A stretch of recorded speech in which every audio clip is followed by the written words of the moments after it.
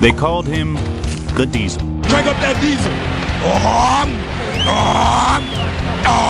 Let's go. He leaned across the table and he goes, "You need to get me back there. I'll make you famous." And to Riggins, good hold. He's got the first down to the 40. He's gone. The 35, the 30, the 20. He's gone. He's gone. It's Riggo the Diesel. Welcome. Thank you for joining us for our 33rd edition of Riggo on the... I almost said Riggo on the Range. Riggo the Diesel. Riggo the Diesel. Riggo on the Range is an John, old show. this venue must have kind of thrown you off a little bit. Well, I'm way thrown off, Larry. So Huge power outage, John. we got a little something going on. What do you do when there's a power outage up at the old Riggo Ranch? Do you guys got go to the bar? What else? Head for the fridge. Find the 4th and 1. Yeah, whatever it takes. Yeah, so things are a little bit turned around. But anyway, Larry Michael with me as he always is. Larry, did you watch the game last night by any chance? I actually fell asleep during the game, John. I can see that would happen. Fell asleep during the game. Those games start too late. It was 9:20. Yeah, and I was all pumped to watch it, but I got to halftime, and it was like, God, do I really want to stay up? Am I that invested? Answer was no. I guess I should have stayed up, but I wouldn't have been as fresh today as I am. Oh, you would have been. I think you would have been. Let me say this: I didn't really have any interest in the game, particularly. It is the Final Four, and you're going to find out who the national champion is. But what put the hook in it for me was that my daughter and her boyfriend had filled out a bracket. No. And lo and behold, guess what? They had Texas Tech in the finals. So they had, because there was going to be a 3-way tie. There's no way they could have lost. They would have won $800 had Texas Tech won last night. Well. And because my wife just told me over the weekend that she called our daughter and said, by the way, we're going to be putting some more money in your bank account. I was really invested in this game last night. And I was kind of disappointed when it was all over with. But I have to say this, that there was something last night that that struck me as odd. And you saw the game, you've watched I take it you might have watched a game or two on Saturday. Yeah, I watched both of the games. That I found fascinating about the court that they played on. And that was that there wasn't, except the outside boundaries, there wasn't any paint. Did you notice that? No. There was no paint. No. So when Jim Nance, the impeccable Jim Nance, kept referring to, that's the first points they've scored in the paint, I'm going, Jim. Oh. There is no paint. The actual 3-second lanes and all that stuff was really the same. It's the same wood as the wood on the bulk of the court. And what made it so you could tell where they were was the fact that you had, I'm guessing it was walnut, an inlay of walnut around it, which created the 3-second arc. So it kind of drove me nuts a little bit. I'm one of those guys. The terminology, I guess he means paint. He means in the lane. Yeah, exactly what he meant. But you were looking for paint. You were looking for actual paint. Well, I'm being a little bit of a dunce here. No, you're being funny. Now, how about the fact that court was elevated and you could see everybody off to the side? If you had taken a good long run, you would have fallen off of that thing. Can you imagine playing in such a big arena like that? Well, basketball. I'm glad you brought that up because I commented to my wife last night. I said, years ago, and I can remember when they had, it was Houston and who was the other team when they had Elijah Wan, and they had a game down there that somebody hadn't been. But they played it in the old Astrodome, if I'm not mistaken. But they had they cut it down to 1/2 of it. Right. They had nowadays. In the middle. I couldn't believe I think wasn't it sold out? 70,000 people. I guess I don't know if it was sold out, but it looked like. But basically they put the court in the very middle of the football field. Yep. And it looked to me like those stands were all full, going up and behind it. Everything that's on the. And I'm thinking, if you're up there in the very top, those people look like they're about, I'm thinking the players look like they're about 2 inches tall. It's like being on the Empire State Building looking down at the traffic below. I mean, what perspective did you have to say, oh, wow, I watched the finals, I watched Virginia beat Texas Tech, and feel like you actually saw the game? No, you don't see the game in the upper deck of a basket. For a basketball game in a football arena. Well, what do you go for then? To say you were there? Well, I went That's got to be it. I was there when history was made. I went to a couple concerts at FedEx Field last year, and it's a similar situation, but not really because they cut off the That's an audio event. Yeah, they cut off the end of the stadium, so anybody behind the stage, you can't sit back there. No one wants to sit behind the stage. Right. So, but I've been to a couple basketball games where they would cut off, I forget where it was. I want to say it was the King Dome that GW played an NCAA game in Seattle. Yeah, it was the King Dome. And that basketball court was in one side of the arena. Right. So one side of the arena, the bleachers in the end zone of the basket at the end line, It was all bleachers, and then on the side they had put bleachers up, and then you had certain upper-level seats open so people could see. I think they put a little more thought into it. Now, they're selling every ticket. And they're promoting it for next year. They were already selling tickets for next year's game. I believe it's in Atlanta. Is it? Todd, look, if you don't mind, Todd, what was the attendance last night? Because if it's like in this 50, 60,000, those last, I don't know, the last 30 or 30,000 people. What kind of a game did they see? Huh? You're watching it on the video board. You're watching it on the video board, and you're there because you're part of the scene. Well, and that's what I'm saying, that you want to say that I was there when history was made. That's the only thing you say. Because if you ever notice this, and it's the way we're evolving, I think, as a species, we have a tendency to want to watch a screen more than we want to watch live action. Next time you go to a banquet where they have speakers and they have the audio, what do you call it, monitors up on the side, 90% of the people are watching. The speaker's right here, live in front of you. Right. Yet most everybody's going to watch that monitor. It's so, even I find myself going, wait a second, he's live in front of you.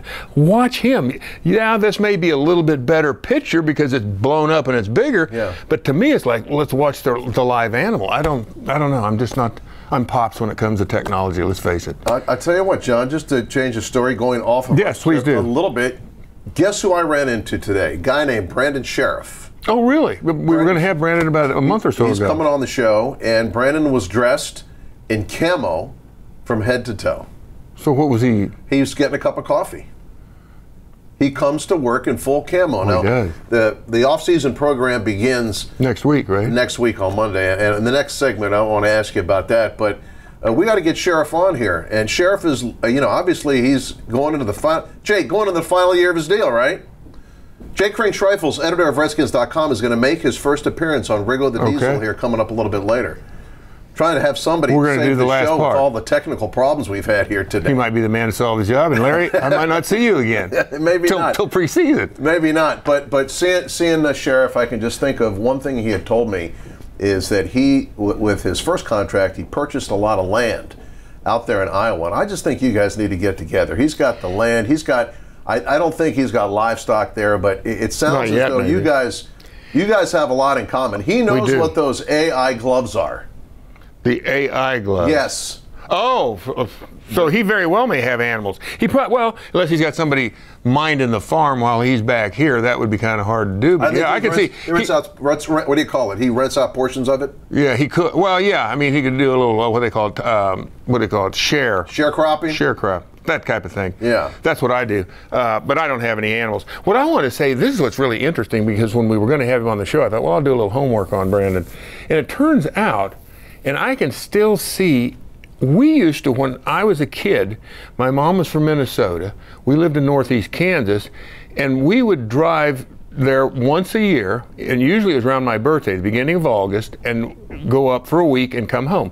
We drove through the heart of the town that he grew up in, I'm 99% sure. I can't think of it. It starts with a D, and I want to say Denison, I think it is. Denison, Iowa. That sounds right. That sounds right. And it's so uncanny that I can remember going through Denison, Iowa. There was a little, I mean, we're talking in the late 50s and early 60s. Is there a stoplight there? That part I can't remember. There might not have been, but literally and I think it was, I want to say 59, US 59 was the road that we took, but I don't want to say that 100%. But I'll never forget my brother, who played Little League Baseball, and this is back, my dad was way ahead of his time. We would drive 70 miles twice a week so he could play baseball down in Topeka. This is all back in the 50s and 60s. They had a tournament down there. It was the Southwest Tigers, and I forget who they were playing. It was a 14-inning game, and it was on a Saturday night, 14-inning game. Ended up, Little League, but for the championship, usually they played 5 innings. This was a 7-inning game. They basically played two full games. The game was over with like at midnight. And we ended up, we were going to drive from Topeka to Minnesota after the game was over. Still had 70 miles to drive home. No, we weren't going home, Larry. My point is, we were leaving from the ballpark at Shawnee Lake in Topeka and driving to Pine City, Minnesota. No. Yeah, well, like I said, 14 innings later, instead of being over at 10 o'clock, the game was over at around midnight. And so my dad takes off driving, and we're not wiser or whatever. We're asleep in the back. Finally, we get to Denison, Iowa. And Pops is done. He smoked his last cigarette. He's had the windows down. He can't go in. So we drive to the fairgrounds in Denison, and he craps out for a couple, 3 hours, and then we drive on into Pine City. So that to me is like, I thought was so ironic that I'm finally meeting somebody from a town we used to drive through. Wait till Sheriff hears about this. All those years. Well, he might be something, but I can tell him pretty much what downtown Denison looks like from that's like 50 years ago, 60 years ago. You got a photographic memory. We're going to talk about the start of the offseason Yes, program I'm looking forward to after that. a quick break. Helping people improve their lives is what should drive business. That's the belief at Koch Industries, which employs more than 65,000 people across America. The team at Koch works together to meet the world's changing needs in transportation, medical care, water filtration, household goods, energy-efficient building products, and everyday technologies, all while consuming fewer resources. See the innovations firsthand at kochindustries.com. Here's a little tip. If you need a mortgage, use the pros at McLean Mortgage. Buying a home can be stressful and filled with hassles. The experts at McLean Mortgage understand what an important financial investment your home is and will seamlessly guide you through the process to successful home ownership. Smooth, amazing, easy, professional, and first-rate are just some of the reviews from their tens of thousands of homeowners. Trust McLean Mortgage. Check them out at McLeanMortgage.com. Lending as it should be. Ladies and gentlemen, stand back and watch the Phoenix rise from the ashes. Stand back. It's Riggo the Diesel. All right, Larry, as promised, the preseason, or not preseason, it's actually, well, what do you call it next week? Off-season conditioning program. OTAs. No, this is the off-season. OTAs start, I want to say, May 20th. But this... and none of this is mandatory. Not mandatory. The only thing mandatory is minicamp. And this that would be color Riggo gone. Yeah, and so I would have to think that also when it comes to the off-season conditioning program where you come to lift and run and stretch and do all that stuff, Riggo is on the range. Yes, I would be on the range, or unless the meeting is in the shed, probably would not be here. Can you imagine if there was a shed? That is just never going to happen again. No, it won't. In the history of man, to have a place where a bunch of guys would go in a shed off the side of the practice field and just to have a couple cold beers, enjoy each other's company. I guess you have to say that's never going to happen again. I would think. Because of the way the world's evolved. And what are people missing? You made lifelong friends there in that shed. True. In that very shed, you made lifelong friends. And who were they? And it couldn't have been better for me. Although Bruno would stop by, Dave Butts would stop by occasionally. I think Dave would stop by on Saturday morning. That was his day. He'd stop by, have a beer, and then he'd take off. But clearly, the shed was relatively, you could count the regulars were.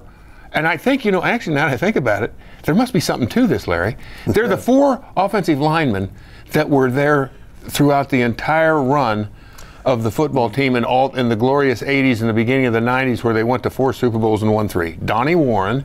Donnie would stop in more often than not. Of course, Grimy was there every night. Bosco was there every night. And Jacoby was there every night. Those 4 guys. For the most part, they were the ones that were the mainstay. And I'm trying to think. Occasionally, maybe Clint Didier would stop by. And, of course, then Theismann always tried to get in, but not allowed in. Not allowed in. That was the one guy that the sergeant of arms, who was Joe Jacoby, would actually make sure he was not entered. Now, if it was somebody else and I told Jake, get this guy out of here, Jake could go, and then I'd have to do it. Let me ask you this. If he was a sergeant of arms, what were you? I was at that time El Presidente. Of course, this got into a little bit of a heated discussion years later after I was no longer an active member of the team. Grimy slipped in and usurped my position. I don't think there was a vote, actually. It was a bloodless We had a vote. It was. We had a vote while I was still playing. We had a vote, and Grimy lost. I pulled a shenanigan, which I will not repeat here on the air. You stuffed the ballot box. Well, I did a little worse than that. It was a little bit worse than that. I mean, it was not. It was. I mean, it was let me say, it was a presidential move. I mean, it left no doubt who the leader really was. I posted my territory. You posted your territory, and you laid down your authority. Yes, exactly. You laid down your authority. I understand. But will this ever happen again? Will we ever see such a group, such an activity because of the fact that it's beer? And nowadays, I I don't think you're ever going to see it again, John. Well, here's a couple things, Larry. One is, and it's just very, it's like, what do you call it? You're robbing Peter to pay Paul. Free agency, which obviously the players have benefited very much by, is probably the very root of what we're talking about. Because players really don't go, I don't know, you could answer this question because I'm not sure, I'm not in the loop anymore.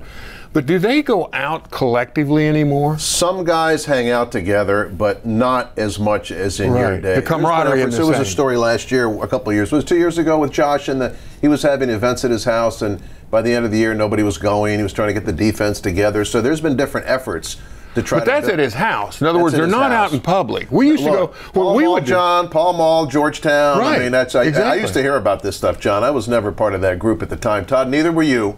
We were over in Crystal City at the time, me and you. More PJ Skidoos. Yeah, we were more PJ Skidoo guys. Well, that's Manhattans. Well, that's where JP Manhattan. Well, that's where basically the 5 o'clock club would meet and whatever business we had to conduct. And once the meeting was over, what business did we you would have reconvene. Well, the monkey business, of course. Well, and then we'd reconvene at Skidoo's and Doc Walker. What was the name of Doc's place?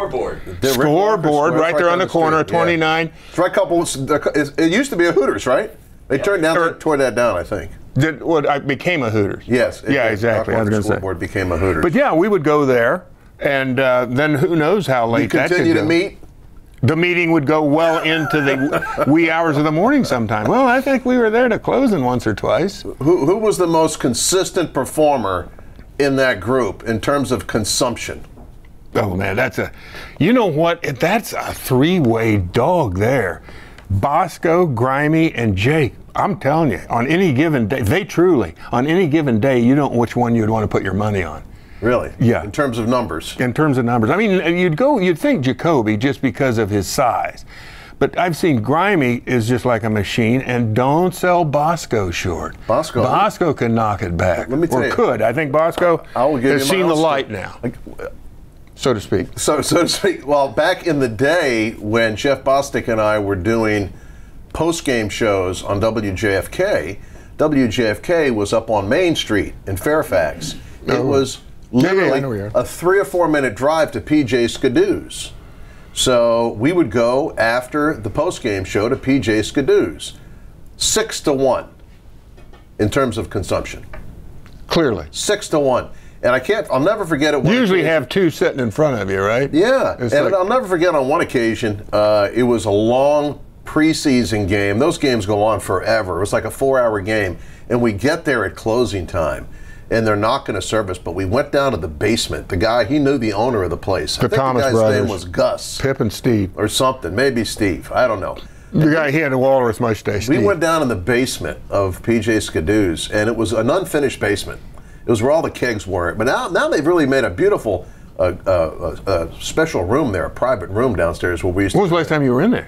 I actually went to Andy Campanero's Christmas party. This past year? Yeah, he's a big Redskin fan, big Redskins season ticket holder. He's got a big electrical company. He invited me to his Christmas party. It was at PJ Skidoo's. He says, "Do you know how to get there?" I said, "Yeah, pretty ezy." I think I can still find my way. Yeah, and we went downstairs, and where we used to go down there, and then just the bowels of the building is beautifully finished. But Bosco, but Jake has got the size advantage on everybody.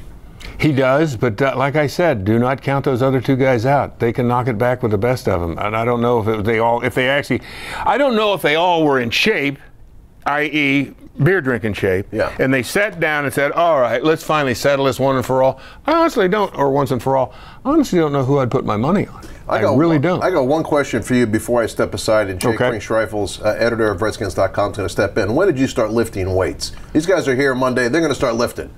When did you? Dan Riley, when he showed up here in 1982. Dan came from Penn State, came here, and the only reason I did, I wouldn't because I got along this far without it. But Dan, I kept asking him question after question. He had an answer for everything I asked him, and he convinced me that it wouldn't hurt me.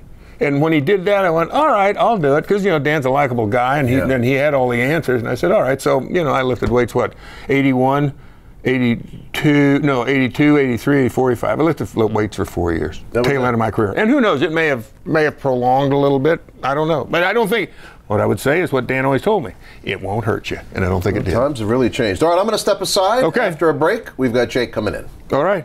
Now, is your plumbing shipshape? You know, would it pass the O'Connor plumbing white glove test? Well, you know, a lot of us put crucial decisions off because we know doing the right thing is going to cost money. But a head in the sand approach usually costs more money. That's been my experience. Look, O'Connor Plumbing gets it.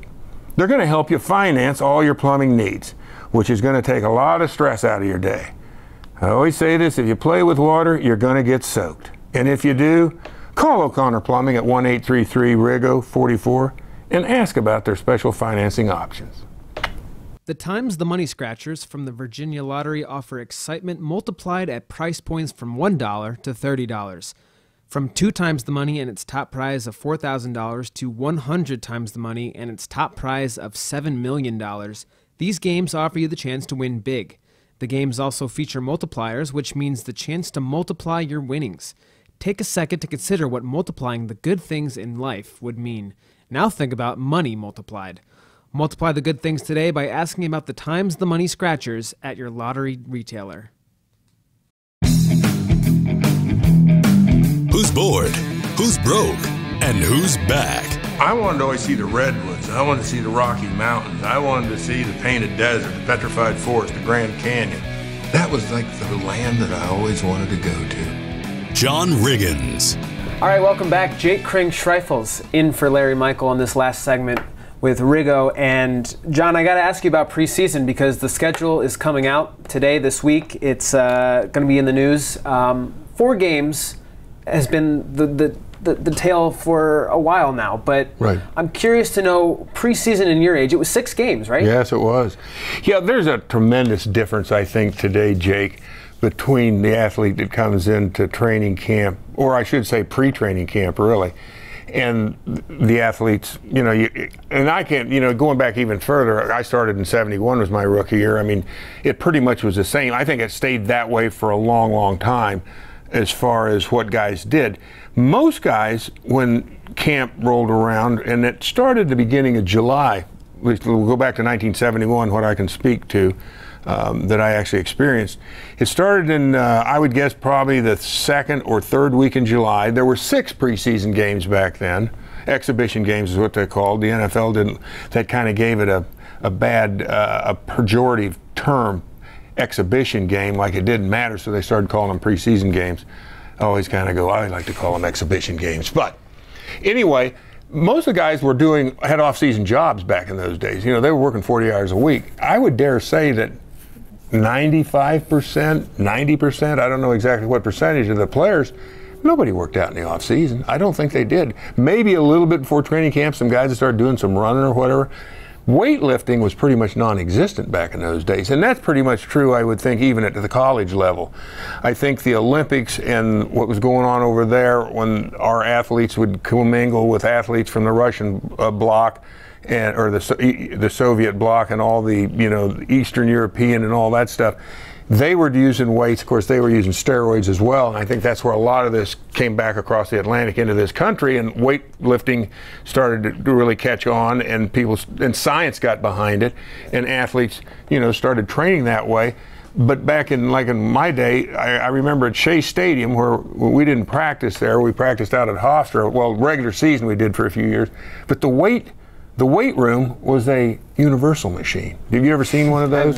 It's got, well, it's so old they don't even make them anymore, but it had about 6 stations on it where you could do pull downs with some weights that went up down. There was a bench press that you know, it was like 5 little, basically it was about the size of this desk that we're at. That was the weight room for the New York Jets for those first few years.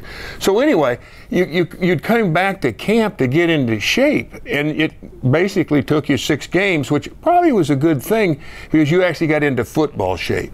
Nowadays, I'm really not sure how this all works, because it seems to me that the players of today they have, I don't want to say they're more injury prone, but they have injuries that you never saw back then.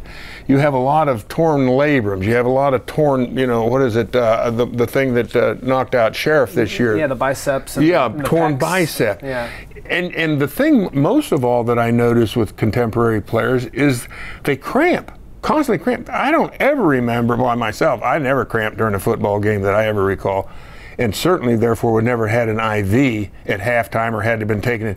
I mean, you hear this constantly at the beginning of the year that guys are he's in the locker room getting an IV because he's cramping up. I don't know the relationship between that, but it would seem to me that because of the athletes today, it's a full-time job for them, and of course they're paid accordingly where they can dedicate their full 100% of their time to working out and commit, to the sport that they're in, football.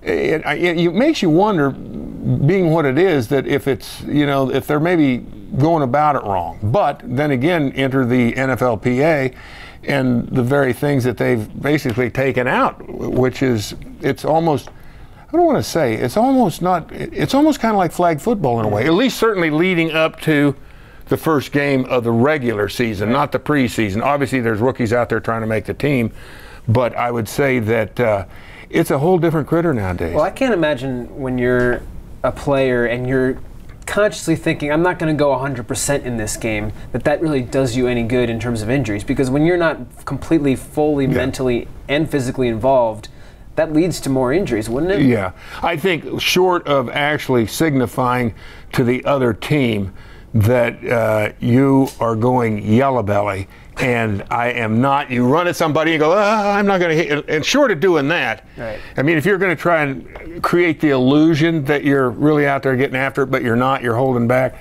I wouldn't advise that to anybody, because I think exactly the very thing that you don't want to happen more than likely will happen, is you will get injured if you're trying to pull back. And that's where, like you see, for the most part, we saw this last year, I think, to a certain extent. Coach Gruden held everybody back for the most part, particularly, offensive linemen, and of course, Alex Smith didn't play for a long time, and and everybody's wondering, well, he needs to get some work. And in the beginning of the year, you thought, well, maybe he should have got more work. I don't know. Nowadays, it's really, you got to try and plan.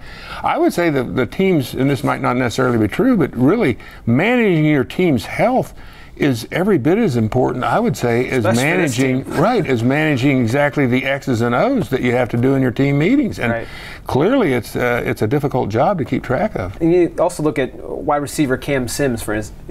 He got injured the first punt play of the season, but everyone's really excited about him because he played pretty well in that first couple preseason games. So it is important. It's those fringe guys that are on the bubble, but everybody else, like you're talking about, it's just kind of let's just wait and hold them off, because there's just no point in maybe wasting them. But yeah, I would say the same thing. Yeah. Well, I think that's going to do it for us, John. It will, and I'll be right back with final thoughts right after this. Have you heard about Creighton Farms, the private club community that's home to the Redskins? Creighton Farms is just 20 minutes from Dulles, but a world away. On top of its award-winning Jack Nicklaus signature golf course, pools, tennis courts, and other resort-style amenities, you'll find custom homes and villas that are simply extraordinary, starting at $1.5 million. For property and legal information, visit CreightonFarms.com, or, better yet, visit Creighton Farms. Your heart works hard, and sometimes its parts need repair. That's what we do at Innova's Structural Heart Program in Fairfax. With outcomes that exceed the national average, we're a leader in both minimally invasive repair techniques and surgery to address heart valve disease. Give your heart the benefit of care from Innova Heart and Vascular Institute. Find an Innova physician by visiting innovaheart.org/valve. Innova. Join the future of health. Who sat here? Your student? A peer? Your best friend? What did they grow up to be? A scientist? A nurse? An entertainer? Did you know it back then that they were made to stand out? Celebrate the extraordinary people made in Virginia Public Schools. Nominate a public school graduate for the Virginia Lottery's Made in Virginia Award. Details at madeinvirginia.com. Deadline October 12th. The Virginia Lottery, $9 billion to education, 30 years of fun. Gearing up for game day? Your local Safeway has everything you need for the perfect tailgating or home gating party. Pick up all your favorites like wings, chips and dips, brats, burgers, beverages, and pizza. Stop by the deli to pick up fresh fried chicken or the produce department for a variety of party trays. Head on over to your local Safeway and pick up everyone's favorites. Safeway, the official supermarket of the Washington Redskins. Sports fans of all kinds have a new place to connect. Asbury Methodist Village. You have a competitive spirit or just like to be active, Asbury has everything you need. Tennis and bocce ball courts, a fitness center and pool. Plus, whatever team you root for, you'll find kindred spirits at Asbury. Come for a tour and check out everything Montgomery County's leading senior living community has to offer. Visit AsburyMethodistVillage.org to schedule a tour and find more information on our services and top-notch reputation. That's AsburyMethodistVillage.org. Asbury is an equal opportunity housing provider. Have you been fumbling on your diet during tailgate season? Well, it's a new day for a new game, and White House Foods has the solution for you. With the vinegar beverage of choice, Detox. Packed with lemon, honey, cinnamon, and apple cider vinegar, this organic, non-GMO verified product is the play you need to get your head back in the game. From our orchard fields to your football field, White House. Well, Jake, as you noticed over the weekend, the weather's finally starting to turn a little bit, right? Nice and it started too. warming up. And as I was driving over the Potomac today on the American Legion Bridge, I looked down and I noticed, although the water's still high, it's clearing up quite a bit. And that means, as Harold Ensley used to say in his red Ford Country sedan, it's time to go fishing, Jake. So I'm telling you guys, take your kids fishing this weekend, if the weather's warm, of course. Nice thing to do, and get you out of the house and out from watching that television, or worse yet, your iPhone. They a little bit more active in the heat? The water warms up and the fish, exactly, they start going, hey, I think I'm kind of hungry here. What you got there for me? So yeah, all right. See you next week. Thanks for sitting in, Jake. Appreciate it.